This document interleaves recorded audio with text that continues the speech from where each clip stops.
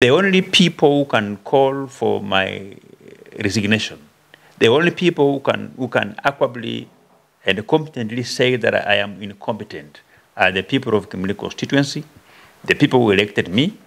So those who are calling for dissolution of parliament will dissolve parliament because of what? The young people who have been calling for the dissolution of parliament, I can only give them some free legal advice. Let them retreat to their individual constituencies. Those who come from Kimilili constituencies, let them go to Kimilili constituencies.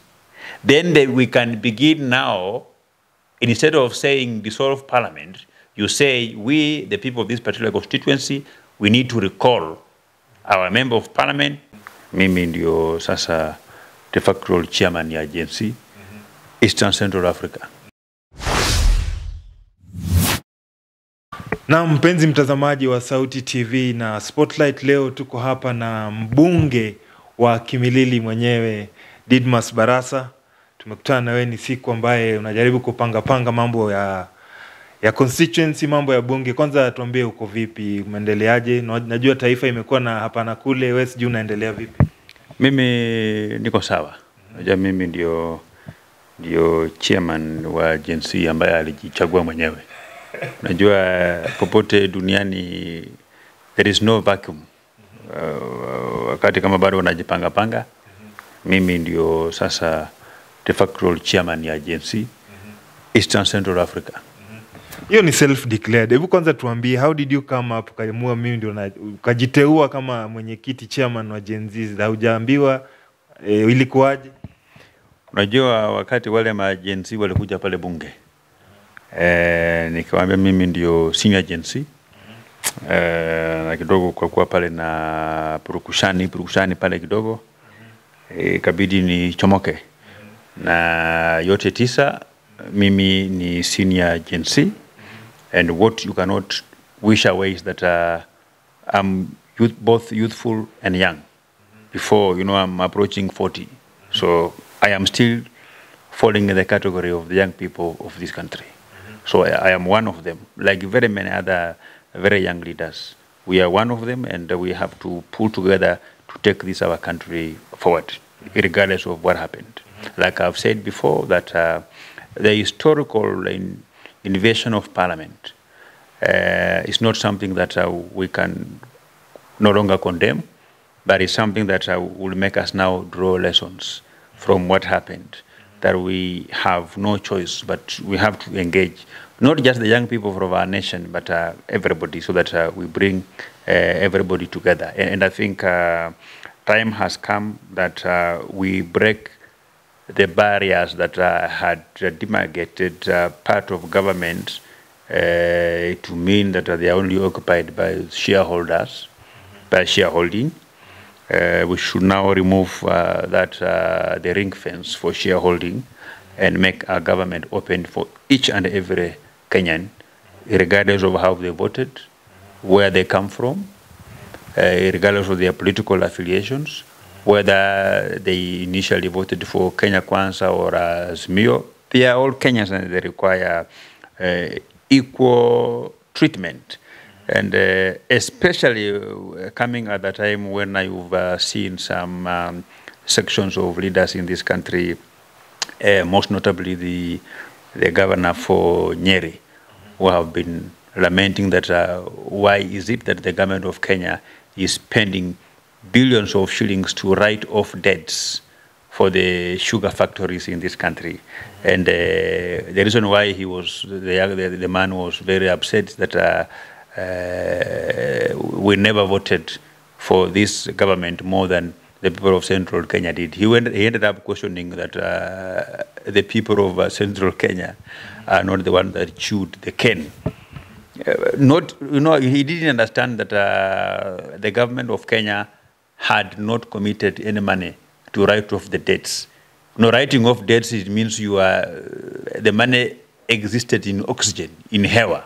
The money was not there. Not that the government picked the money and took them there, but for very many years you've seen the government write off debts with equal money, with the tangible money to coffee farmers, tea farmers, dairy farmers, various cooperative associations that are very active in central part of Kenya. So what now we are saying that we must really call those leaders to order, and that we must end tribalism. And I think even putting sections of our country aside because of not voting for Kenya Kwanza, because of not voting for William Samoei Ruto, I think it's a bigger crime than tribalism. Yes. The situation of the National Dialogue Forum? The National Dialogue Forum, there is a framework which has been provided on how the participants of the National Dialogue Forum are going to be nominated or seconded to that National Dialogue Forum. And I think as the de facto leader of Gen Z, I don't lead myself. I lead quite very many people, you know, and I don't appoint myself. I'm waiting if the Gen Z that I lead will say that I represent them on National Dialogue Committee and they vote my name, I'll be willing to serve in that position.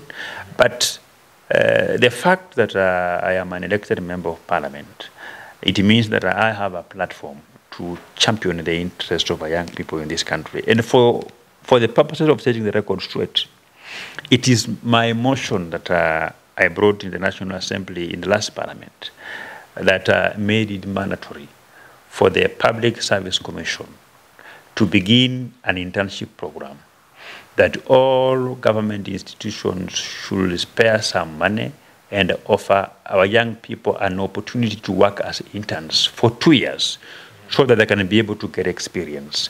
Because it was punitive that a young man who graduates from the university, when he or she attempts to apply for a job anywhere in this country, one of the qualifications that you must have 2 years experience, 1 year experience.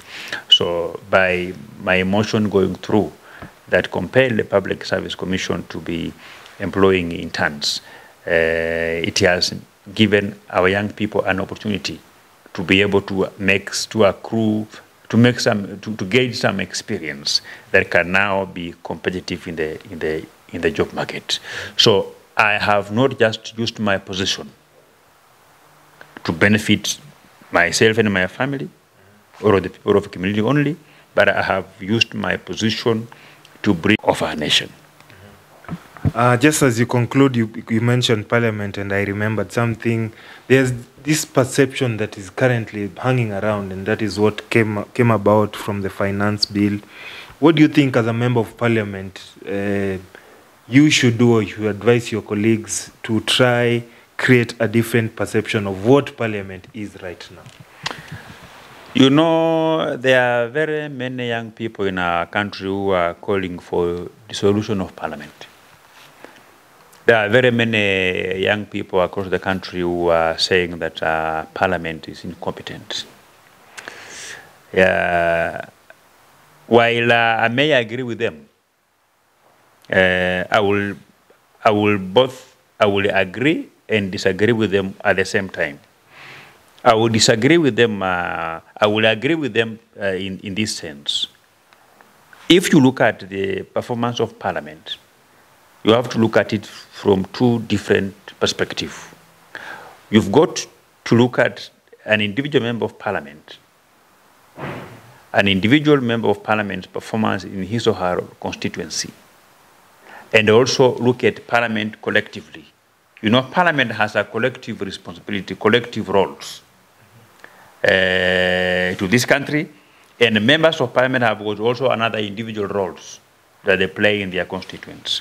So when you are discussing about the competency of Parliament, we need to go down and look at the competency of individual members of Parliament.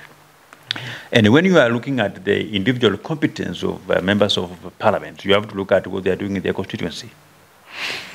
Once you get answers for those 2 or 3 questions, then the question that it begs is, do the people of Mombasa have a right to say the member of Parliament for community, Didmus Barasa, is incompetent?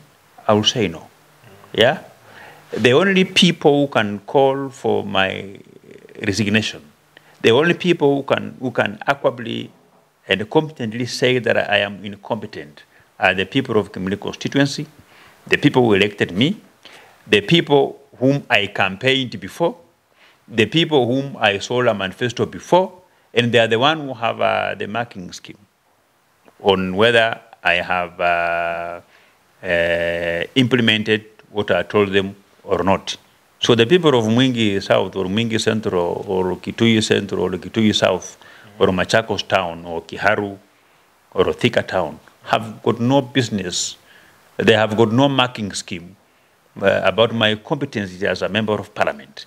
And you see, our constitution has put the powers to recall a member of parliament to the constituents that come from the particular electoral unit that that individual member of parliament comes from.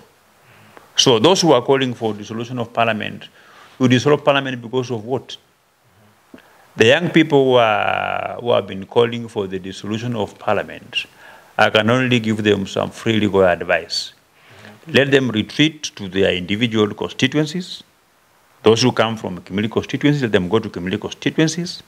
Then we can begin now, instead of saying dissolve parliament, you say we, the people of this particular constituency, we need to recall our member of parliament who is Mr. ABCD, right? Because the people of Mathare, for example, they know Anthony Roach. They can scrutinize the performance of Anthony Roach, who is their member of parliament. The people of Kimilili constituency don't know Anthony Roach. They don't know Ndili Nyoro. They don't know the member of parliament for Stare. They don't know the member of parliament for Dagoretti South, John Kiarie, you know. So why would they call for the resignation of John Kiarie when they don't know him? So that is something which I think we can be able to look at it and be able to come back and move forward as a country.